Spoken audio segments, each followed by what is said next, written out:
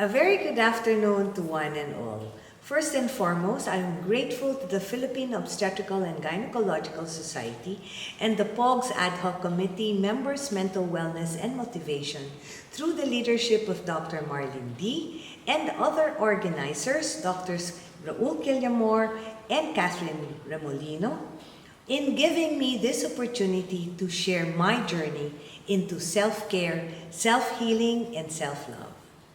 As you all very well know, there are several phases in a woman's life cycle from infancy to the geriatric periods, and each one has a story to tell. Personally, I've almost gone full circle in this woman's life cycle, and with your indulgence, I am honored and privileged to share my story. I am the youngest of 4 siblings, and I would say was a happy kid. When I was 12 years old, I knew I wanted to be a doctor. As I witnessed my parents, both doctors, I saw how they treated their patients with total compassion and care. With gratitude in their hearts, patients would reciprocate the goodness and kindness accorded to them with whatever they have in hand. I saw the power and the value of not only their physical and mental health, but more importantly, the impact it had on their emotional state and renewed spirit. And so as I moved on into adulthood at the age of 17, I knew I didn't want to marry a doctor because the busyness of the career affected the time and growth in the family. And so to fast track, I married my boyfriend of 9 years at the age of 26 after I completed my medical degree at the UP College of Medicine, and he completed his MBA at 28 at the Asian Institute of Management. I knew I wanted to have a home, a family, and a thriving OB-GYN practice at the age of 40. I worked hard, persevered, and focused to strike a balance amongst the 3 most important areas of my life.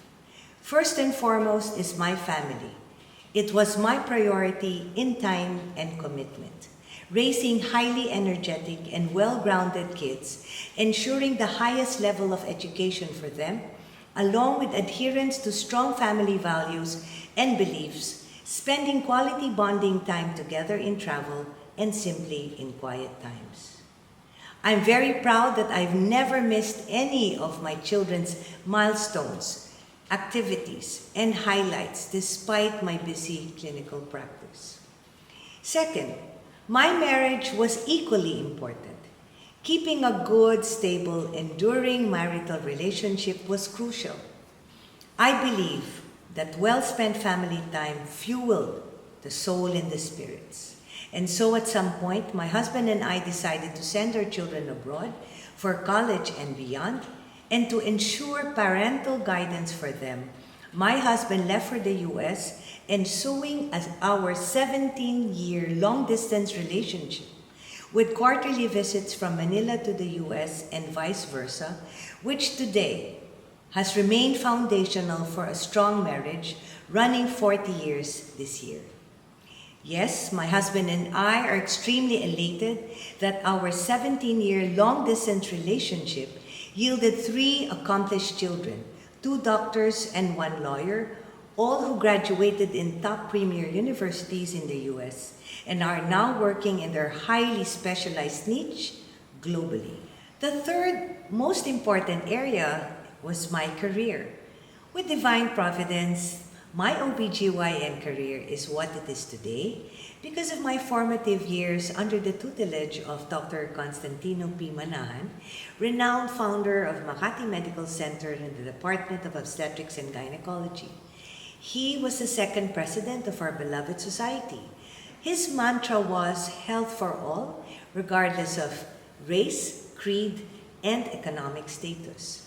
He is the mentor who not only taught me my surgical skills needed to succeed in our field of practice, but he also showed us that each patient deserves professional, competent, compassionate care and healing. Proudly, I was one of the last 3 senior residents that he trained before his demise in 1988. Other luminaries who have impacted my space in the world of obstetrics and gynecology are One, Dr. Isidro Benitez, who without his recommendations I will not be able to start and be part of a training program at Makati Med. His irresistible invitation for me to join MMC was simply to learn the art of obstetrical and gynecologic practice. Second, Dr. Carmen Enverga Santos, a very strong, disciplined woman, provided me the opportunity to start an early practice in MMC as early in the 1990s as an associate. It was in 2007 when I was vice chair of the Department of OB-GYN, Dr. Manuel Fernandez Jr., the head of the Makati Med Aesthetic Center, reached out and recommended I go train under the renowned aesthetic gynecologist Dr. David Matlock and bring back the novelty of vulvovaginal aesthetic procedures back to Manila and blaze the trail for these unique and original procedures. This endeavor was fully supported by then Makati Med OB-GYN chairman, Dr. Genara Manuel Limson. It was in 2010 that Dr. Genara Manuel Limson paved the way for me to serve and contribute as chairman to the same department founded by our dear mentor, Dr. Constantino P. Manahan. In all humility, I was blessed with a rewarding practice built on discipline and sacrifice. Together with my practice, I was given administrative positions in the hospital and social organizations, culminating in my stint as chairman of the Department of OB-GYN at Makati Med. My journey as an OB-GYN was not a walk in the park. In fact, along the way, I was not spared from pain, hurt, from many unkind words, false accusations, and vexations from events and people from the same suit. But the biggest lesson I learned from these storms in my life is to walk away. Walk away from power, greed, envy, jealousy, and suffocating environments. And as Michelle Obama says, when they go low, we go high. And by doing so, I found my inner peace, serenity, and engaged myself in my self-care me time program. Physically and weather permitting, I walked at least 6,000 steps 3 times a week, communing with nature, enjoying the greens, listening to the birds chirping away in the sky, and breathing fresh air in our community. Moreover, I maintained a wake-sleep cycle of 6 to 7 hours at night, barring no labor watch. Also, I kept my 3H diet regimen that consisted of a hearty breakfast, a healthy lunch, and hardly eating for dinner. From work to home, I'd love to listen to music from the 70s to 80s, including a fusion of jazz and swing that relaxed me no end. Again, as part of my self-care program, I challenged myself intellectually at the age of 57 by enrolling at the MBA Executive Program of the Ateneo Graduate School of Business. I wanted to discover for myself what the world outside the health industry would be like. And so true enough, I met new faces, young brilliant minds, young enough to be my kids. Engaging and interacting with them made me feel young, energetic, and driven. And enhancing all of this new network, both social and academic, it provided a healthy and revitalized outlook and purpose, and became a part of my self-healing program. On a career perspective, while doing my MBA in 2017, I continued my education and learning on vulvovaginal aesthetic gynecology under the globally renowned Filipino-American Dr. Red Alinsod, who helped enhance my skills to address female intimate dysfunctions that can be addressed with safe, non-surgical, non-invasive, temperature-controlled radiofrequency procedures as an alternative and healthy option. Apart from these non-surgical procedures and together with the surgical skills I learned from both Drs. Matlock and Alinsod, gave me the edge in knowledge, confidence, and expertise that helped me blaze the trail in the field of aesthetic functional gynecology. Moreover, Dr. Alinsod appointed me as key opinion leader and trainer for Thermiva. He and I created workshops in the Philippines in 2018 and 19 to share the knowledge and skills in this evolving field of feminine restoration. And proudly, we've graduated 25 trainees in this special endeavor. Each stage of my life has been marked by acquiring new skills, knowledge, and purpose that created new beginnings and new goals. And as C.S. Lewis says, whatever stage you are in your life now, you may not change the beginning, but you can certainly try to start where you are now and change the ending. And so I realized the more I learned, the more experience I gained, and the desire to educate and share had become simply my way of life and my self-love. And so as I move on into my circle of life, yes, someone did say age is just a number. For me, age is an acronym that stands for acquire, gratitude, and empower. Each letter forms the bedrock of my continuing philosophy in life. Accomplishments greatly impacted my overall well-being, and together with gratitude, made my life more meaningful and purposeful.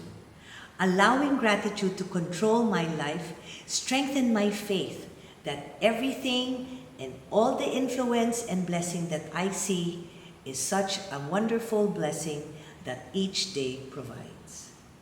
The third part of the acronym AGE is empower. Educating the mind but not the heart is no education at all, such that at the age of 60, I had this overwhelming desire to give back some significance and contribution to a community. Grateful for all that has been and for the strength of my 30-year professional career as an OB-GYN, I established the Aherrera Wellness Group in 2018 as a personal advocacy to put women's intimate health and wellness at center stage. It aimed to reach out and heighten self-awareness through synergized education of the complexities of the female health cycle and its intimate changes. Ultimately, Aherrera Wellness Group is set to inspire, empower all women to be, to love, and to live the best quality of their lives to the fullest.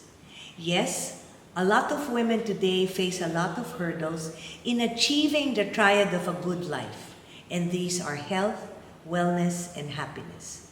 Towards this end, I trademark one of my favorite taglines, and it goes, each woman has two faces, one up and another face down under.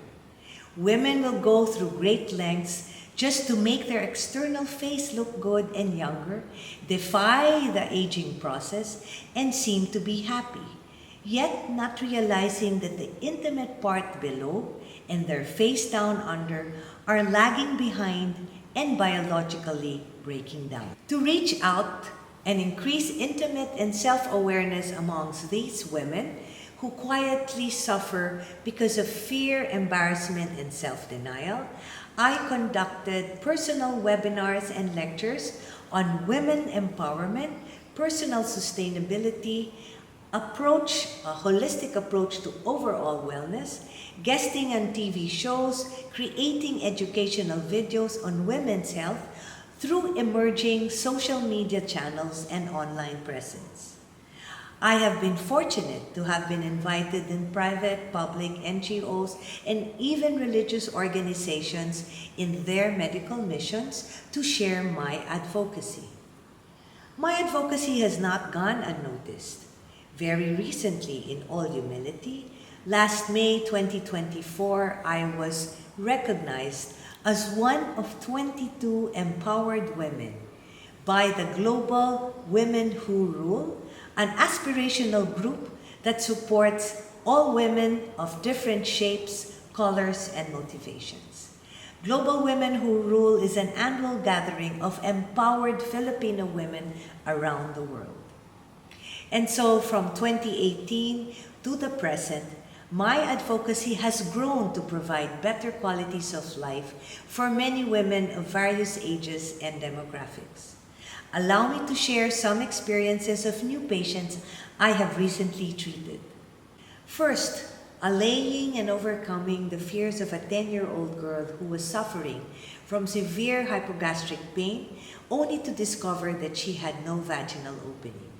Understanding her full condition and telling her that she is all right after her treatment, she's currently asymptomatic and now menstruating regularly for 5 months. She is enjoying her tween years. Second is a 37-year-old woman, very interesting story, who traveled 7 hours by motorcycle from Alaminos, Pangasinan, just to seek comfort and relief from a 9-year history of severe, debilitating, and painful monthly menstrual cycles. There was a need to remove her uterus and both ovaries. And by God's grace and mercy, the patient's operation and post-op recovery were unremarkable. She has blessed the whole team, the residents, nurses, hospital personnel, with her trust and confidence. Third is a 42-year-old LGBTQ member who bolstered her courage, underwent a hysterectomy from severe adenomyosis unrelieved by pain relievers. She now has invited her fellow women to seek consultation with their doctors, and she has added not to waste time in days suffering in pain.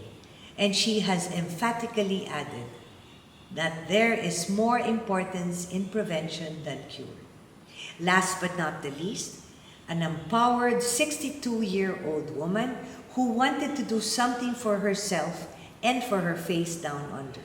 She underwent surgical and non-surgical procedures, vulva-restorative procedures, who claims she should have done this earlier.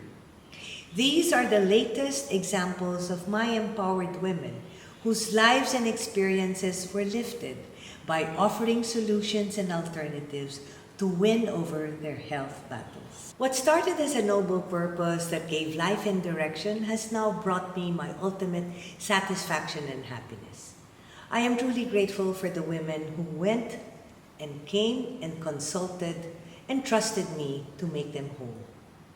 As I move on in my lifetime passion, I know there are no limits to my accomplishments as long as I acknowledge with gratitude that my successes and achievements will only come from above, our Creator. Now at 66, there's so much for me to do as a learner, an educator, and a wellness advocate. It is my hope that we become partners in our ultimate goal of women empowering women by redefining the overall concept of feminine wellness. Thank you again for this opportunity, and may peace reign in all of you from this day forward.